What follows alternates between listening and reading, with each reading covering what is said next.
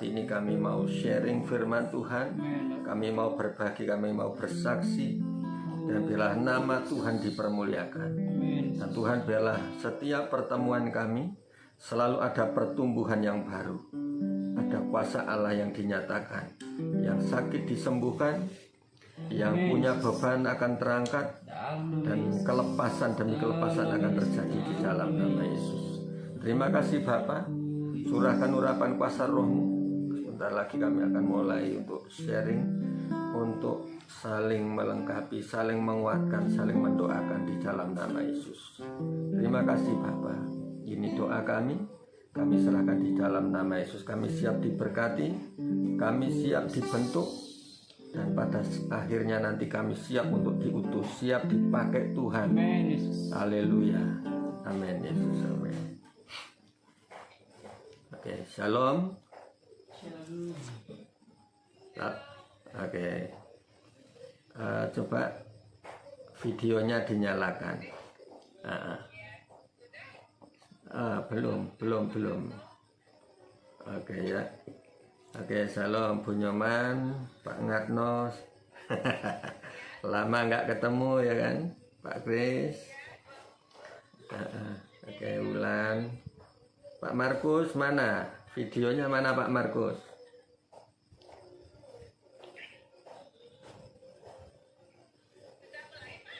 Sudah ya, enggak apa-apa, ini santai kok ya, sharing-sharing. Oh ya, sudah. Oke, yang Mbak Suci coba videonya bisa enggak? Apa gitu aja?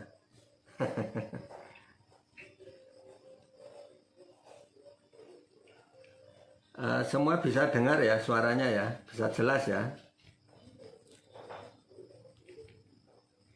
Oke, semua jelas. Tuhan. Ya, kita akan mulai sharing-sharing firman Tuhan. Jadi ini tentang menjadi umat Tuhan yang layak, ya, umat Tuhan yang layak. Nah, bagaimana supaya kita menjadi layak di hadapan Tuhan? Nah, kalau supaya kita layak ini, apa saja yang perlu dipersiapkan? Nah, apa saja yang perlu dipersiapkan untuk kita ya? Yang perlu dipersiapkan ini, oke, ya.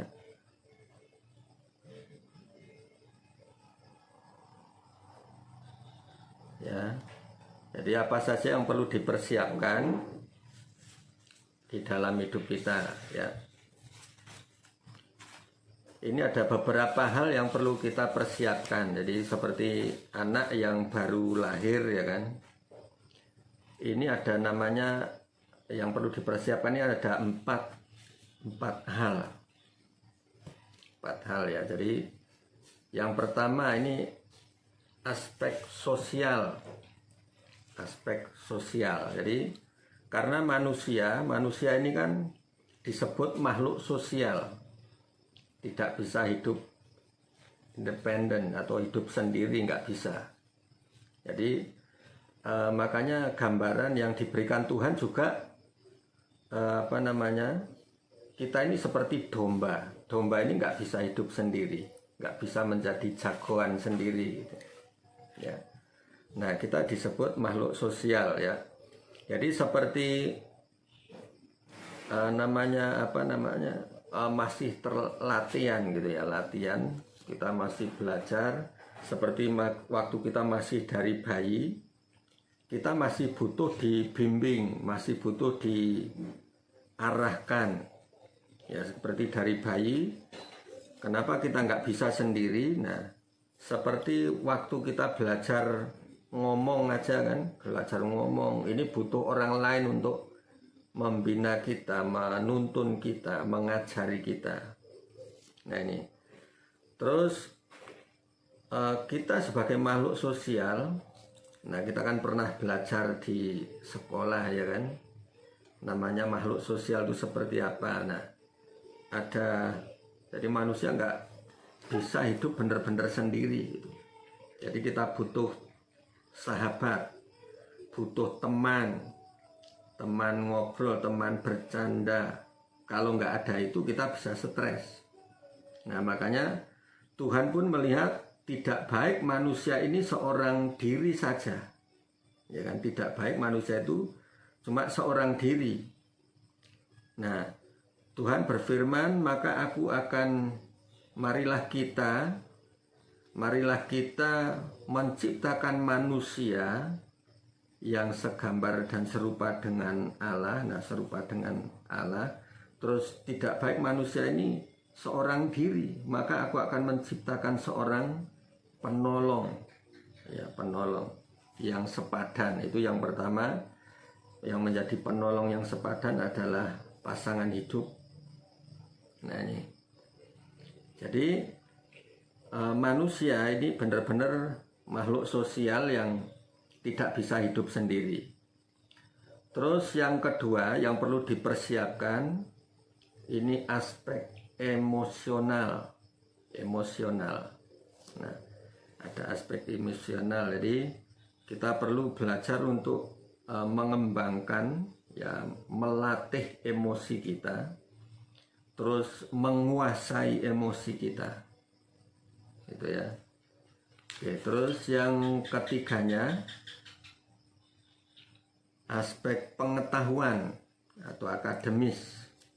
Ini yang perlu dipersiapkan supaya menjadi umat Tuhan yang layak.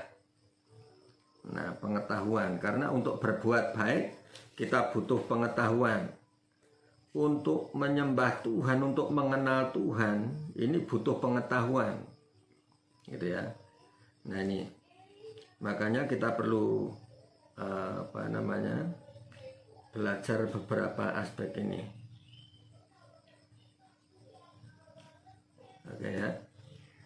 Terus yang keempatnya ini aspek religius. Nah, kita akan bahas keempat aspek ini. Jadi apa saja ya? Kok dua ini? Ulan kok dua gambarnya? Masuk dua ini. Oke.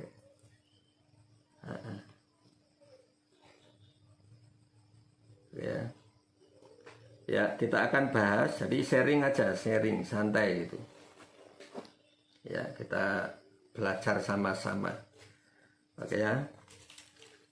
Jadi untuk aspek yang pertama yang perlu kita persiapkan sebagai umat Tuhan, sebagai hamba Tuhan, ya, sebagai orang-orang anak-anak Tuhan. Nah, aspek sosial, ya, sosial itu yang perlu kita persiapkan.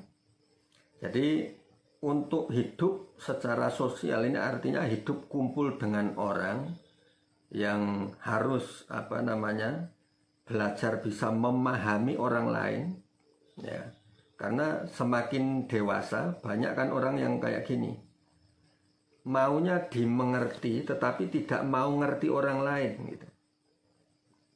Ya, maunya dimengerti tetapi tidak mau mengerti orang lain. Ya. Nah, kita belajar bagaimana supaya memahami siapa teman kita, siapa lawan kita berbicara. Nah, ini dimulai dari belajar aspek sosial ini. Terus bagaimana kita hidup ini bekerja sama. Gini, jadi banyak yang di perusahaan, kalau perusahaan yang pernah kerja di perusahaan, coba Mas Kris ya, kalau orang masih bekerja itu kan interview, biasanya ada namanya tes IQ, ya kan? Kita kan sudah dengar itu, orang mau masuk sekolah juga ada tes IQ, ya kan?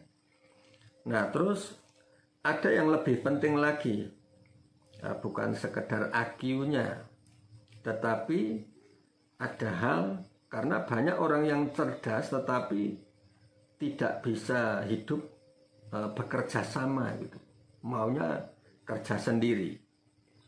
Ya, nah ini yang Tuhan butuhkan, kita ini memiliki jiwa sosial dulu. bisa komunikasi bagus. Nah, untuk aspek sosial ini kan butuh belajar komunikasi.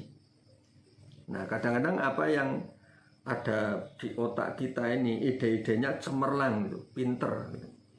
Tetapi karena tidak bisa hidup secara sosial, maka akhirnya apa yang kita punya, kemampuan yang ada pada kita ini tidak tersampaikan atau tidak tersalurkan dengan maksimal, gitu ya. Terus yang kedua, aspek emosional. Banyak orang yang cerdas, orang yang pinter, tetapi tidak bisa mengendalikan dirinya, tidak bisa mengendalikan emosinya. Ya. Jadi misalnya jadi bos pun bos yang pemarah gitu, ngamuan gitu. Ya kan? Gampang tersinggungan. Nah, ini kan susah juga. Tidak akan bisa berkembang. Ya. Jadi harus bisa menguasai emosinya. Nah, kalau Rasul Paulus mengajarnya seperti ini. Aku melatih tubuhku dan menguasai sepenuhnya. Ya, melatih tubuhku supaya bisa menguasai sepenuhnya. Nah, karena kalau tidak dilatih, tubuh kita tidak bisa dipakai Tuhan secara maksimal, gitu ya. Terus, setelah aspek emosional, aspek akademis ini kan soal pendidikan atau pengetahuan, ini penting. Jadi, untuk menjadi hamba Tuhan, menjadi anak Tuhan, untuk menjadi umat Tuhan sekalipun, ini harus dididik gitu.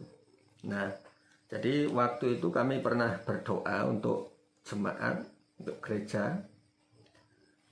Terus Tuhan nyatakan di gereja itu kayak diserang burung gagak waktu itu ya, seperti burung gagak gitu.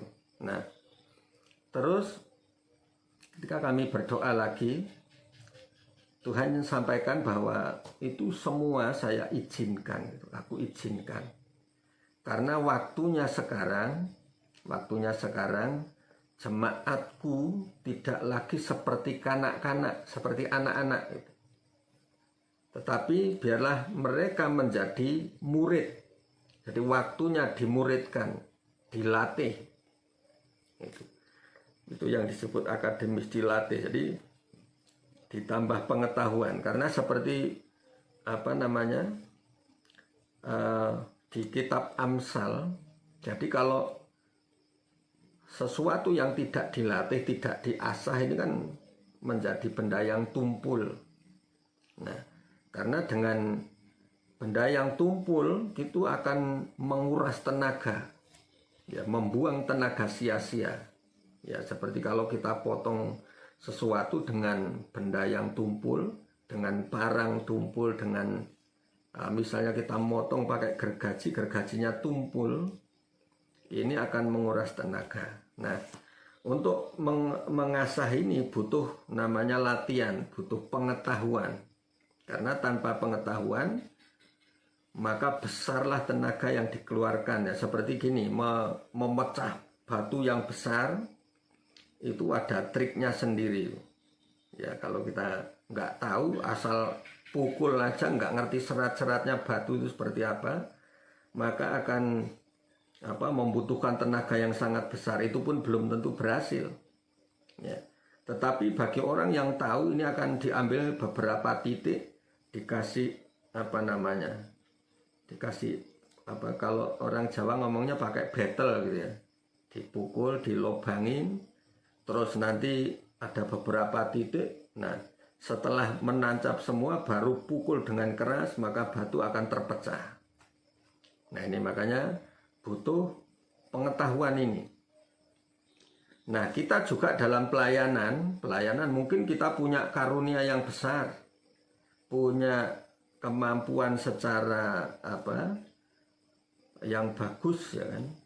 Tetapi tanpa pengetahuan itu bisa bahaya gitu, bisa sia-sia. Seperti di Jawa Tengah, jadi kami pernah dengar ada seseorang yang dipakai Tuhan, ada seorang ibu-ibu itu dipakai Tuhan luar biasa. Jadi sebenarnya banyak yang terjadi, ada orang sakit disembuhkan, orang yang kerasukan dilepaskan. Tetapi dia kurang dalam belajar firman. Akhirnya gini, karena kurangnya pengetahuan, jadi segala sesuatu itu kayaknya sudah tergantung dirinya sendiri. Nah, suatu saat akhirnya dicabut karunianya. Sekarang nggak jadi apa-apa lagi, jadi sudah jadi manusia biasa lagi. Nah ini, jadi butuh pengetahuan. Terus aspek religius, apa artinya religius ini? Ya, religius ini adalah orang yang kalau di Alkitab dibilang orang yang soleh, orang yang tekun dalam beribadah, ya, tekun dalam beribadah. Nah, jadi ini penting karena apa? Kenapa manusia kok butuh Tuhan? Ya, karena ternyata manusia nggak bisa hidup sendiri seperti tadi kan, makhluk sosial nggak bisa hidup sendiri. Pasti ada tempat untuk menyandarkan, untuk bersandar, untuk menaruh harapan, terus untuk minta pertolongan. Itu manusia harus punya ini. Nah, tempat ini adalah hanya kepada Tuhan saja. Nah, makanya tidak heran orang yang belum kenal Tuhan ini cari tempat-tempat untuk melakukan sesuatu yang namanya religius dengan cara-cara yang aneh. Bukan religius lagi, sampai menjadi mistik, ya mistis gitu. Nah ini, sampai nyembah kayu, nyembah patung, itu karena apa? Karena manusia ini kan makhluk makhluk daging, tetapi juga makhluk rohani. Jadi butuh sesuatu yang harus disembah gitu, makhluk religius gitu ya. Nah ini makanya kita perlu belajar, terus kita sharing ini ya. Oke ya. Jadi kita belajar untuk sama-sama kita sharing-sharing seperti ini supaya nambah sesuatu, nambah wawasan. Terus ketika ada kesaksian-kesaksian kita dikuatkan. Nah ini kenapa kita butuh sosial ini, gitu ya. Terus aspek emosional. Nah seperti tadi, jadi di mana perasaan Mbak siapa tadi, Mbak Suci tadi. Mbak Suci ini kelihatannya sudah melayani secara totalitas itu, tetapi di dalam hatinya sendiri masih merasa haus, merasa lapar, kok kayak nggak dapat sesuatu gitu. Nah ini yang butuh pengetahuan,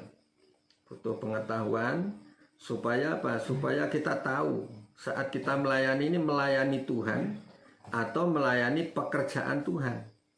Gitu. Kalau melayani Tuhan artinya kita juga harus sering berkomunikasi dengan Tuhan. Kalau sosial ini kan hubungan dengan sesama. Tetapi kalau melayani Tuhan itu bagaimana kita punya hubungan secara khusus kepada Tuhan. Ya, ini. Nah, jadi secara emosional kita dipuaskan oleh kuasa Tuhan, oleh hadirat Tuhan. Gitu ya. Coba Mbak Suci ini kayaknya. Terus religius ini penting karena ini hubungan kita dengan Tuhan. Nah soal religius, tingkatan kerohanian ini ada yang religius dan ada yang namanya supranatural. Kalau sekedar religius ini sekedar rajin saja ke gereja, tetapi tidak mengalami yang namanya mujizat Tuhan, kuasa Tuhan. Nah itu, ya kan? Itu sekedar religius, cuma rajin ke gereja. Tiap hari nanti pelayanan, ada doa. Nah, tapi nggak ngalami sesuatu, itu namanya sebatas religius. Nah kita harus masuk namanya tingkat supranaturalnya. Ya, supranatural. Jadi ada namanya Kristen ini kan bukan sekedar kumpulan sosial, tetapi Kalau cuma sekedar seperti maaf ya kayak pujian yang rame gitu kan, kita seneng tapi senengnya cuma sementara, itu kenanya baru tingkatnya ke jiwa belum rohnya, masuknya ke jiwa ini kan apa yang didengar itu menyenangkan, itu lagu-lagu yang enak itu enak didengar, itu menyenangkan telinga kita, terus hati kita mulai tenang gitu. Nah ini cuma sampai kepada tingkat jiwa yang kena. Nah, roh itu butuh sesuatu yang dari Tuhan, bukan sekedar menyenangkan lewat pendengaran, tetapi ada sesuatu yang dari Tuhan, ya seperti urapan Roh Kudus, terus firman Tuhan itu baru bisa memuaskan roh kita. Jadi kehausannya akan terpenuhi. Pernah ngalami yang seperti ini? Oke, ngalami namanya baptisan roh, terus jamahan roh, ya kan? Jamahan Roh Kudus itu kan nggak tahu apa-apa, tiba-tiba nangis tapi hatinya kok seneng, nangis tapi seneng, ada sukacita. Nah, rasanya jiwa kita, roh kita dipuaskan sekaligus, itu jiwanya, rohnya dipuaskan sekaligus, gitu ya.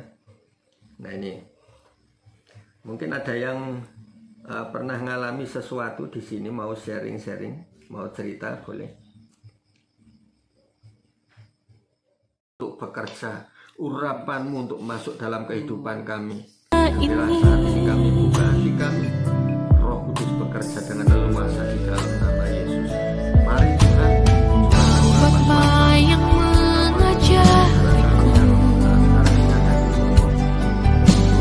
lewati badai langit biru, sama dengan urapan kuasa Tuhan, mari buatku terbang bagaikan raja wali, mengatasi segala pencobaan.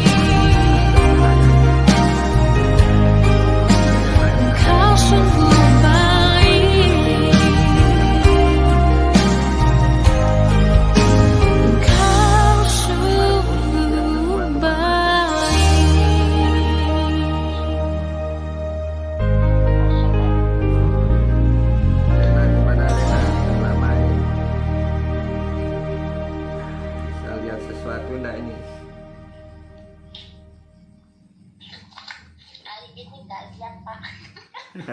Udah lama ngeblank. Ya ngeblank Pak. Kalau udah bangkit lagi wah digasak semua. Iya. Cuma bangkitnya kadang-kadang itu masalahnya. Iya Pak. Ada bangkit kadang jeblok, ada bangkit kadang. Oke ya. Ya, ini untuk kita. Jadi apa yang Tuhan perlihatkan sudah ada kemajuan gitu. Mbak Suci gimana tadi, bisa rasakan sesuatu?